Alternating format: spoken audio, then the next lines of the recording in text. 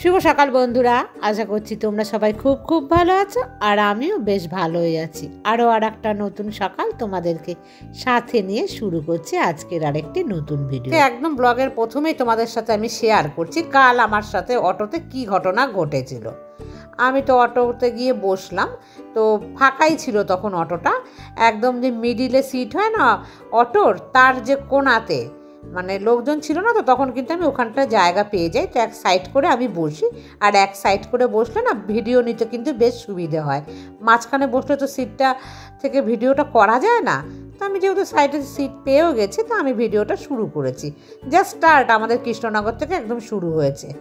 তোমরা দেখলেই মোটামুটি রাস্তাটা কিন্তু ফাঁকাই ছিল। যাই হোক, ও এত জোরে মানে অটোটা চালাচ্ছে না, তখন আমি বললাম যে দাদা একটু আস্তে আপনি অটোটা চালান। তখন উনি বললেন যে সামনে রেল গেট আছে, মানে রেল গেট পড়ে, তো যদি একটু দেরি করি তাহলে কি হবে যে আমরা কিন্তু অনেকক্ষণ দাঁড়িয়ে থাকবো, ওয়েট করতে হবে। আর এখানে গেট পড়লে না বেশ অনেকক্ষণই কিন্তু গেটটা মানে ফেলে রাখে। ধরো ট্রেন আসবে তার 10 থেকে 15 মিনিট আগেই ফেলে রাখে, এত ভিড় হয় না এখানে, সেই কারণে। তাই আমি ভাবলাম ঠিক আছে, হয়তো তার জন্যে উনি হুটোপাটা করছে। কিছুটা চলে গেল ছাড়িয়ে, তারপরেও উনি এত জোরে চালাচ্ছে না, মানে আমি কি বলবো তোমাদেরকে, যে ভিডিওগুলো দেখিয়েছি সেগুলো কিন্তু আমি প্রচণ্ড স্লো মোশনে তোমাদের সাথে আমি শেয়ার করেছি, কারণ অত জোরে দেখাতে আমি পারতাম না তোমাদেরকে, মানে বুঝতে পারতে না। আর এত ভয় লাগছিল, মানে আমার ভিডিও তোলাটাও বড় কথা নয়, বড় কথা হলো এত জোরে চালিয়েছে যে সামনে যে অটোগুলো আছে মনে হচ্ছে তার সাথে ধাক্কা লেগে যাবে। এত জোরে অটোটা দুলছে যে আমরা রীতিমতো যে অটোর মধ্যে বসে আছি সামনের রডটার মধ্যে বারবার গিয়ে ধাক্কা খাচ্ছি। তো আমি সে কারণে বলেছি যে দাদা আর একটু আস্তে চালান, আপনি এত জোরে চালাচ্ছেন যে অ্যাক্সিডেন্ট তো হয়ে যাবে, যে কোনো মুহূর্তে কিন্তু একটা বিপদ হতে পারে। জাস্ট আমি এই কথাটাই বলেছি, আমি কিন্তু কোনো খারাপভাবে ওনাকে কিচ্ছু বলিনি কথাটা। আর আমার ভয় লাগছিল পড়ে যেতে পারি, আমি সাইডেও বসাছিলাম, তো এই সমস্ত কারণে ভয় লাগাতে ওনাকে আমি বলেছি। আর অতটা জোরে কিন্তু চালানোটা একদমই উচিত নয়। তখন উনি আমাকে বলছে যে আপনি আগে ভিডিও বন্ধ করুন, আপনার ভিডিও করার জন্যই গাড়ি অ্যাক্সিডেন্ট হতে পারে। আমি না তখন বলছি আমার ভিডিও করার সাথে আপনার গাড়ির অ্যাক্সিডেন্টের কী আছে, আমি তো আপনার পাশে বসেও ভিডিও করছি না। এটা বলে কিন্তু আমি বন্ধ করে দিয়েছি অলরেডি, তার আগেই আমি ভিডিও বন্ধ করে দিয়েছি, কারণ অত ঝাঁকুনিতে ভিডিও নেওয়াও যাচ্ছিল না।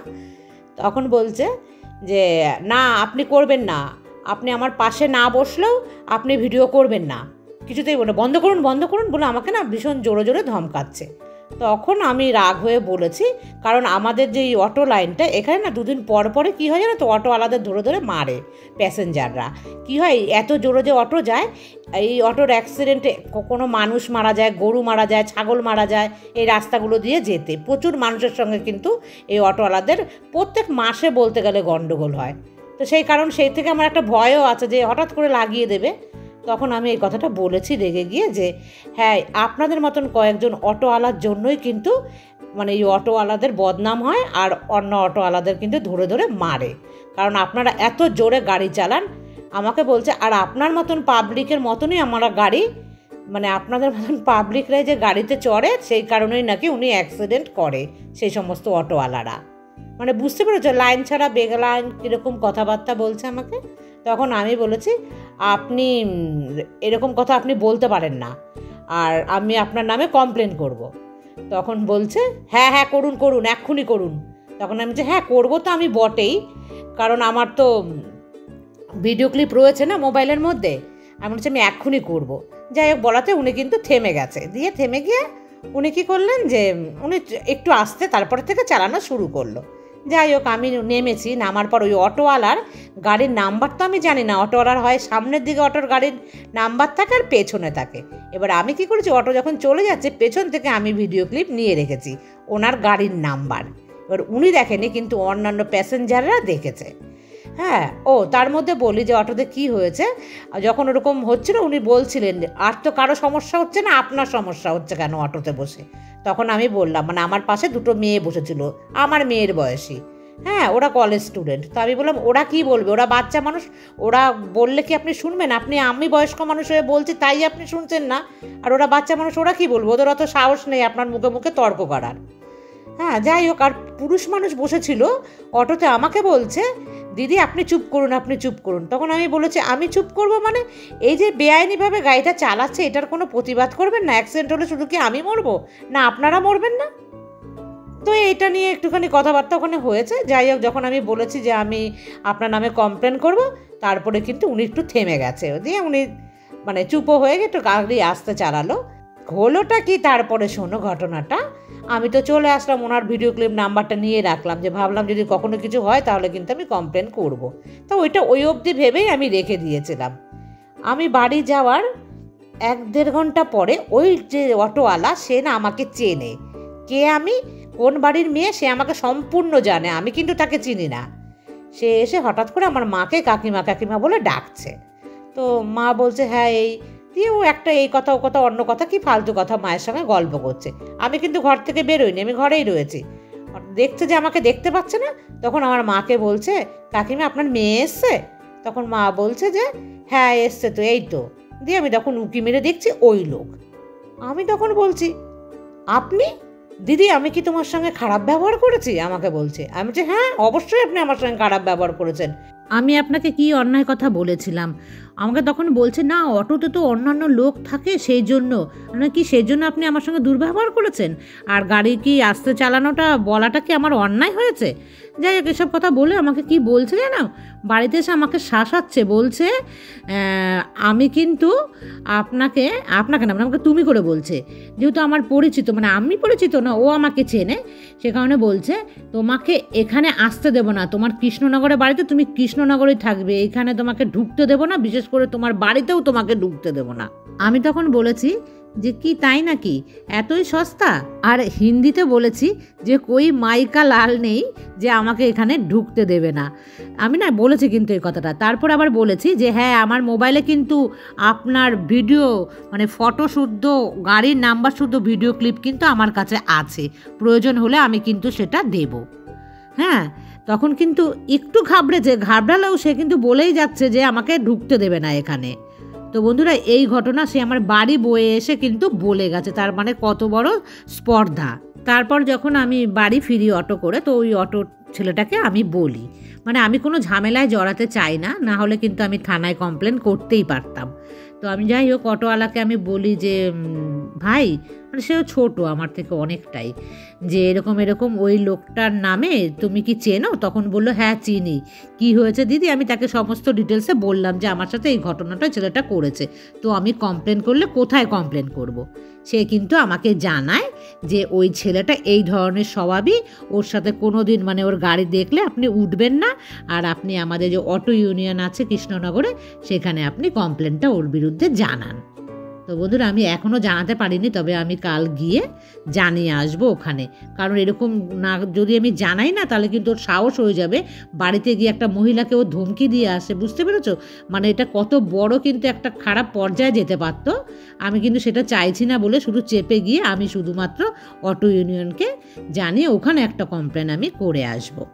তো বন্ধুরা রাস্তাঘাটে বেরোতে গেলে কত রকম দেখেছো পরিস্থিতির শিকার হতে হয়, মানে আরও অনেক কিছুই হয়েছে। সে কিন্তু আবার আমার হাজব্যান্ডের খবর, আমি কোথায় বাড়ি, এই সমস্ত আমার কাছে আবার জানতে চাইছে।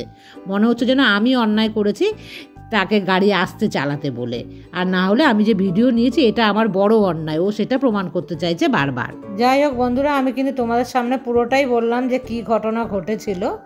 আর কাল যে মন্দিরে খাবার খেয়েছি না, জানো তো অনলি ওখানে হচ্ছে 135 টাকায় এত ভালো খাবার।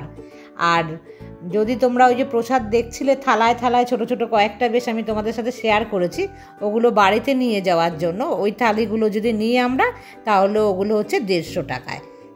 বসে খেলে কত ভালো না। আর জানো তো ওখানে কিন্তু বারবার করে মানে যাচাই খাবার সমস্ত কিছুই তোমাকে কিন্তু দুবার করে সেধে যাবে, যতটা তোমার লাগবে পরিমাণে ততটাই কিন্তু তোমরা খেতে পারবে।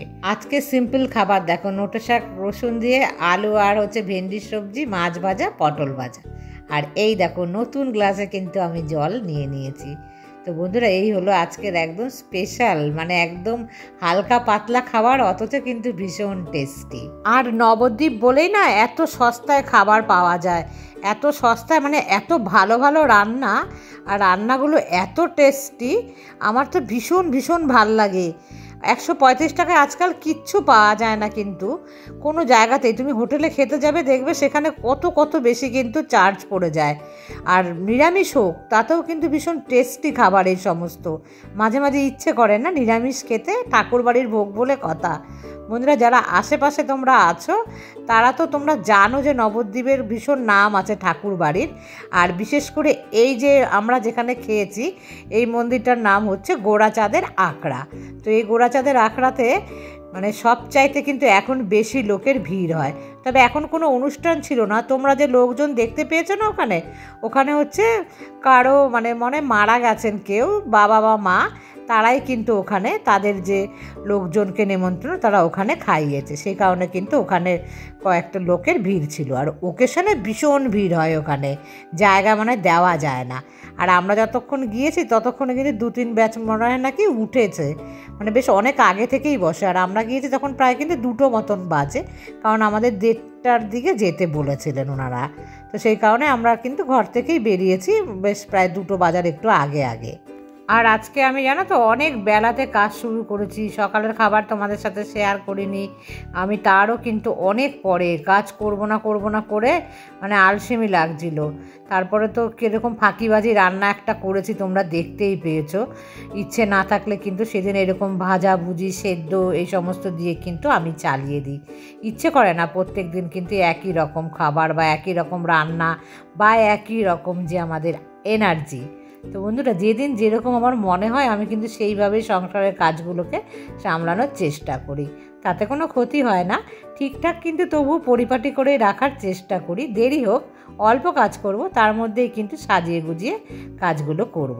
সন্ধ্যের পর কিন্তু এখন, আর সন্ধ্যে পুজো দিয়ে ওই যে কাপড়গুলো ধুয়ে দিয়েছিলাম সেগুলোকে কিন্তু সুন্দর করে একদম দেখেছো পরিষ্কার করে গুছিয়ে রেখে দিলাম। ছেঁড়া কাপড় হোক তবুও কিন্তু গুছিয়ে যত্ন করে রাখতে হবে, কারণ পরের দিন আবার সেগুলো কিন্তু কাজে লাগবে। আর এই তামার গ্লাসে কিন্তু বেশ অনেকটা পরিমাণে জল আসছে জানো তো, প্রায় 250-র বেশি হবে। 2 গ্লাস জল খেলে একদম পেট ভরে ফেটে যায়। আর এই যে এখন দেখো সন্ধে পুজো দেওয়ার পর আমি কিন্তু ছানা নিয়ে এসেছি একটু।